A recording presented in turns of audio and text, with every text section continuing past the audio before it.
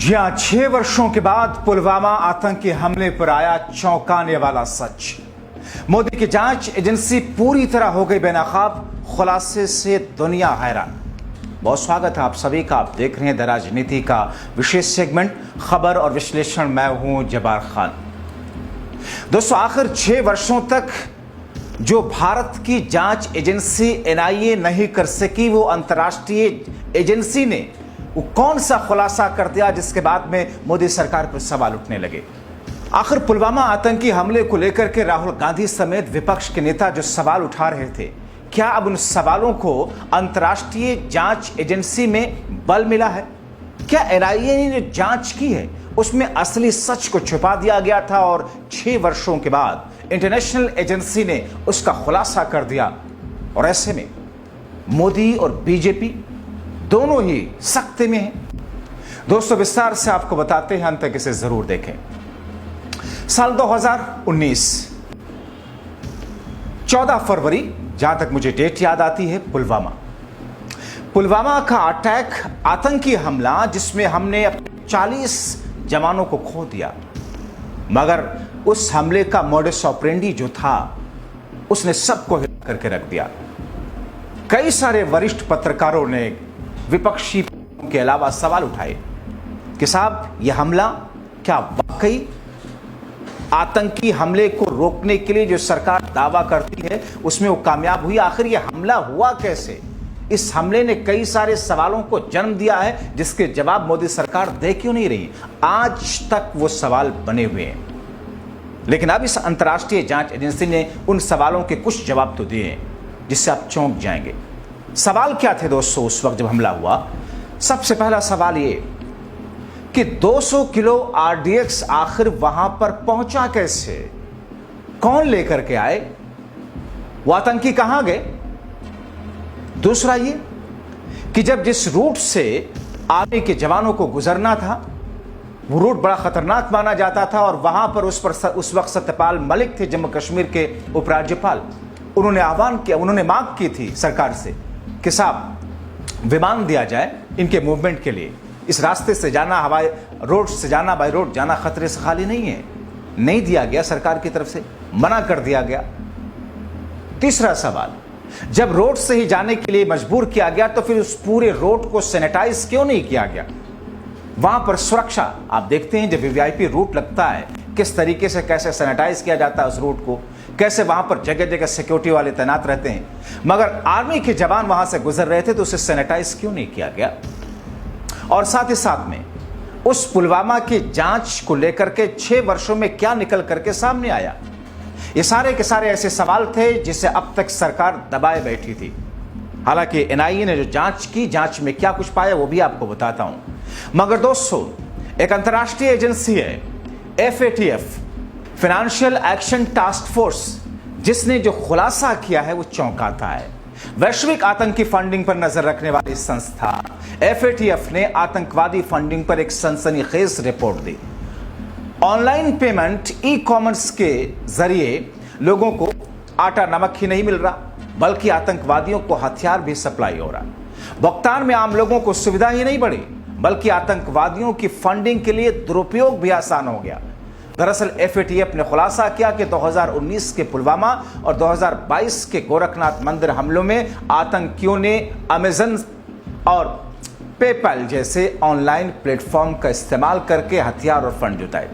ये चौंकाने वाला सच डिजिटल युग में आतंकवाद की नई रणनीति को दिखाता है। क्या ये एनआईए की जांच एजेंसी में आया था सामने? एनआईए जो कि एक बहुत महत्वपूर्ण भारत की जांच एजेंसी है, आमतौर पर आतंकी टेरर फंडिंग, आतंकी हमलों की जांच करती है। मगर अब तक ये जांच में एनआईए के सामने आया ही नहीं। क्यों नहीं आया भैया?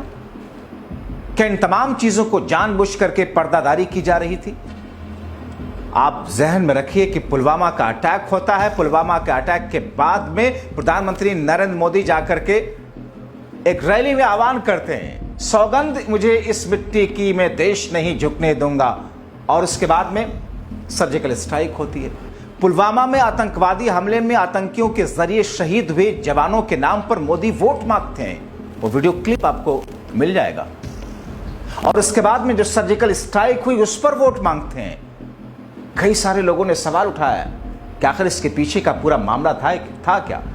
वो 2019 का लोकसभा चुनाव जिसमें बीजेपी की हालत खराब होती हुई दिख रही थी। पुलवामा के अटैक के बाद में बीजेपी उस चुनाव को जीत जाती है। 303 सीटें बीजेपी अकेले जीतती है, 350 के पार एनडीए के साथ जाती है। दोस्तों, हाल का पहलगाम आतंकी हमला, पुलवामा का सच सामने नहीं आया था। पहलगाम का सच अब तक सामने नहीं आया कि वो आतंकी कहां गए जिन्होंने 26 को मारा, लापता हो गए, जमीन निकल गई, आसमान आ गया, कहां गए।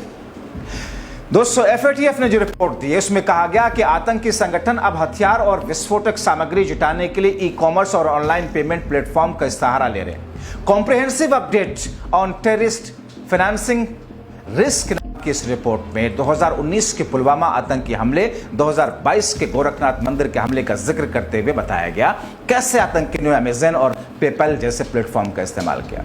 दोस्तों, जो खुलासा हुआ उसने पहलगाम हमले और ट्रंप के बिजनेस वाले दबाव में आतंकियों के होश ठिकाने लगने से पहले ही पूर्ण रूप से मोदी के सीज़फायर के फैसले के बाद आई अंतर्राष्ट्रीय एजेंसी की रिपोर्ट ने मोदी सरकार के हाथ पैर फुला दिए, क्योंकि बहुत सारा सच अभी भी आ रहा है। FATF की रिपोर्ट के अनुसार 14 फरवरी 2019 को जम्मू कश्मीर के पुलवामा में हुए आतंकी हमले में 40 CRPF जवानों की शहादत हुई। इस हमले को पाकिस्तान स्थित आतंकी संगठन जैश ए मोहम्मद ने अंजाम दिया। जांच में पता चला कि हमले में इस्तेमाल इम्प्रोवाइज एक्सप्लोसिव डिवाइस यानी कि IED का एक प्रमुख घटक aluminium powder ecommerce platform Amazon से खरीदा गया। अमेज़न से खरीदा गया। इस पाउडर ने विस्फोट की तीव्रता को कई गुना बढ़ा दिया था। आपको बताऊं कि भारतीय जांच एजेंसियों ने इस हमले के लिए 19 लोगों को गैर कानूनी गतिविधि अधिनियम यानी कि UAPA के तहत आरोपी भी बनाया है, जिनमें 7 विदेशी नागरिक भी थे। जांच में आतंकियों के ठिकाने, वाहनों, अन्य संपत्तियों को भी जब्त करने की बात की गई। FATF ने इस मामले को मिसाल के तौर पर पेश करते हुए चेतावनी दी, आतंकी संगठन अब सामान्य ऑनलाइन खरीदारी के जरिए अपनी गतिविधियों को अंजाम दे रहे। यानी कि दोस्तों, एक्सप्लोसिव पदार्थ को, विस्फोटक पदार्थ को तैयार करने के लिए उसमें जिन जिन चीजों की जरूरत होती है, ऐसा नहीं कि सारी चीजों को एक साथ ऑनलाइन मंगा लिया। अलग अलग चीजों में कुछ पाउडर जो दूसरी भी चीजों के इस्तेमाल में आता है। जैसे कि आप देखें, परमाणु हथियार जो बनता है देशों का, जैसे ईरान को लेकर के भी पूरा हंगामा चला, युद्ध हुई। परमाणु हथियार जो बनता है उसमें जो यूरेनियम यूज होता है, 90% इंडस्ट्री अगर यूरेनियम कर लिया गया परमाणु हथियार के लिए काफी होता है। इसका मतलब यह नहीं कि वो यूरेनियम सिर्फ परमाणु हथियार के लिए, घरेलू इस्तेमाल के लिए भी, पावर के लिए, एनर्जी के लिए, दूसरी चीजों के लिए भी इस्तेमाल होता है। ऐसे विस्फोटक पदार्थ में इस्तेमाल होने वाली बहुत सारी चीजें दूसरे घरेलू इस्तेमाल में, रोजमर्रा की जिंदगी में भी इस्तेमाल की जाती हैं कुछ चीजें, जिससे कुछ चीजें बनती हैं। इसलिए अलग अलग जगहों पर उसे मंगाया गया। हमलावरों ने अपनी पहचान छिपाने के लिए वर्चुअल प्राइवेट नेटवर्क यानी कि VPN सेवाओं का उपयोग किया। इससे इसका IP एड्रेस ट्रैक नहीं होता। कहा गया कि इसने अपने बैंक खाते से VPN सेवा के लिए भुगतान किया था। पेपल ने संदिग्ध लेन देन के कारण हमलावर के खाते को निलंबित भी कर दिया, जिससे आगे की गतिविधियां रुक गई। पहलगाम हमले के बाद भारत ने FATF से पाकिस्तान को ब्लैकलिस्ट करने की मांग की थी और हाल में अप्रैल 2025 के पहलगाम हमले के बाद भी भारत ने पाकिस्तान को ग्रे लिस्ट में डालने के लिए औपचारिक अनुरोध किया। रिपोर्ट में कहा गया कि कुछ देश आतंकी संगठनों को प्रत्यक्ष वित्तीय सहायता, प्रशिक्षण, लॉजिस्टिक सपोर्ट देते हैं। यह सहायता आतंकियों को धन जुटाने, उनकी गतिविधियों को प्रबंधित करने में मदद करती है। भारत ने इस मुद्दे को बार बार उठाया, विशेष रूप से जैश ए मोहम्मद, लश्कर-ए-तैयबा जैसे संगठनों के संदर्भ में। तो फिर इस रिपोर्ट के आने के बाद मोदी सरकार किस तरीके से गिर रही है? क्योंकि अभी तक जो जांच भारतीय जांच एजेंसी ने किया, क्या वो वाकई निष्पक्षता से जांच कर पाई है? कहा ऐसा जा रहा कि 13,500 पन्नों की चार्जशीट सौंपी है NIA ने, मगर उसमें क्या है? FATF जो फाइनेंशियल एक्शन टास्क फोर्स है, जिसके जरिए टेरर फंडिंग और दूसरी तमाम चीजों के लिए निगरानी रखी जाती है। आपको याद होगा कि 26/11 के बाद में, मुंबई में ताज अटैक के बाद में, मनमोहन सरकार ने पाकिस्तान को ग्रे लिस्ट में डलवा दिया था, मगर मोदी सरकार ब्लैक लिस्ट में या ग्रे लिस्ट में नहीं डलवा पाई। 2022 में वो ग्रे लिस्ट से भी बाहर आ गया पाकिस्तान। मोदी सरकार देखती रह गई। किस तौर पर कूटनीति, किस तौर पर विदेश नीति, किस तौर पर आतंकवाद विरोधी नीति, किस तौर पर अपने आप को दुनिया के सामने मजबूत किया, जिसका ढिंढोरा अंधबत पीटते हैं। मोदी साहब पहुंचते हैं तो वहां पर बीजेपी की पीआर एजेंसी पहले से इवेंट करा देती है। 10 लोग खड़े होकर के मोदी मोदी के नारे लगा देते हैं। मीडिया उसे लाइव कवरेज दे देता है। लगता है कि साहब विश्व में डंका बज रहा है, मगर असलियत तो बाहर आई ना सामने। पहलगाम आतंकी हमले के बाद में मोदी की कूटनीति की, विदेश नीति। खैर, आपको बताएंगे कि किस तौर पर सरकार गिरी। इससे पहले आपको रिपोर्ट के प्रभाव भी जल्दी से बता देते हैं। रिपोर्ट का असर क्या होगा। एफएटीएफ की इस रिपोर्ट का आतंकी फंडिंग के खिलाफ वैश्विक लड़ाई में एक अहम कदम माना जा रहा है। भारतीय अधिकारियों ने कहा कि डिजिटल प्लेटफॉर्म पर निगरानी बढ़ाने की जरूरत है। लगातार एफएटीएफ से अपील की कि वो उन देशों के खिलाफ सख्त कार्रवाई करे जो आतंकवाद को प्रायोजित करते हैं। एफएटीएफ से कहा, मगर आपको याद होगा कि भारत में जब आतंकी हमला हुआ पहलगाम, तो उसके बाद में किस तरीके से पाकिस्तान को लोन मिल गया, अमेरिका ने लोन दिला दिया, दोबारा से मिल गया। और दोस्तों, भारत ने कोशिश की, भारत ने नहीं कहूंगा, मोदी सरकार कहूंगा, क्योंकि मोदी सरकार और भारत दो अलग अलग चीजें हैं। कोई सरकार अगर अपनी नीतियों के जरिए देश को अपने हिसाब से ले जा रही है और वो नीतियां लगातार फेल हो रही हैं, तो इसे भारत नहीं कहेंगे कि भारत फेल हुआ। उस सरकार की, उस नेता की नीति फेल हुई है। अब ऐसे में लगातार कोशिश के बावजूद ग्रे लिस्ट में नहीं डला पाई मोदी सरकार। लगातार कोशिश के बावजूद पाकिस्तान को जो फंड मिला उसे रुकवाने के लिए मोदी सरकार ने कोशिश की, नहीं करा सकी। क्यों? और उसी फंड के जरिए पाकिस्तान उन अड्डों को दोबारा से तैयार कर रहा है जिन्हें हमारे सेना ने पराक्रम के जरिए आतंकी अड्डों को तबाह कर दिया था पाकिस्तान में।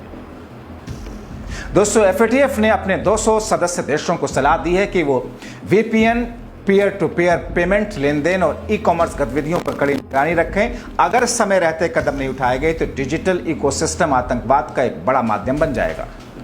पहलगाम में हुए आतंकी हमले के बाद एफएटीएफ ने आतंकी फंडिंग पर एक बड़े विश्लेषण की घोषणा की थी, जिसका रिपोर्ट हिस्सा है। एफएटीएफ की रिपोर्ट डिजिटल युग में आतंकवाद की नई चुनौतियों को सामने लाती है। पुलवामा और गोरखनाथ मंदिर हमलों के उदाहरण ने यह साफ कर दिया कि आतंकी संगठन अब तकनीक का उपयोग करके अपनी गतिविधियों को और अधिक खतरनाक बना रहे हैं। खुलासा न केवल भारत के लिए बल्कि वैश्विक समुदाय के लिए भी एक चेतावनी है कि डिजिटल प्लेटफॉर्म पर सख्त निगरानी और नियंत्रण की जरूरत है। तो ऐसे में सवाल यह कि अभी तक जिन सवालों के जवाब मोदी सरकार ढूंढ नहीं सकी कि वो आतंकी कैसे उतना विस्फोटक पदार्थ लेकर आए, क्यों उन्हें विमान नहीं दिया गया, उस रास्ते को सैनिटाइज क्यों नहीं किया गया, जबकि उपराज्यपाल उस स्टेट के रहे थे। और फिर उसके बाद में उसके सहारे मोदी सरकार, खुद प्रधानमंत्री मोदी पुलवामा में शहीद हुए जवानों के नाम पर वोट क्यों मांगने लगे? पुलवामा हमले के बाद में सर्जिकल स्ट्राइक पर वोट क्यों मांगने लगे थे? वीडियोस आपको सोशल मीडिया पर मिल जाएंगे उनके वोट मांगने के। उन्होंने कहा था कि मैं अपने फर्स्ट टाइम वोटर से कहना चाहूंगा, क्या पुलवामा में शहीद जवानों के नाम पर अपना पहला वोट समर्पित कर सकते हैं? क्या ये मोदी साहब के शब्द हैं? सवालों के घेरे सरकार उस वक्त रही, विपक्ष के और बहुत सारे वरिष्ठ पत्रकारों के। अब जबकि रिपोर्ट राष्ट्रीय एजेंसी, तो जो खुलासा एनआईए नहीं कर सकी, मोदी सरकार की एजेंसी नहीं कर सकी, वो खुलासा इस अंतर्राष्ट्रीय एजेंसी ने किया है। देखना होगा कि आगे एनआईए कौन से खुलासे करती है और इसके पीछे का असली सच कब तक आता है। अंत तक वीडियो देखने के लिए बहुत शुक्रिया।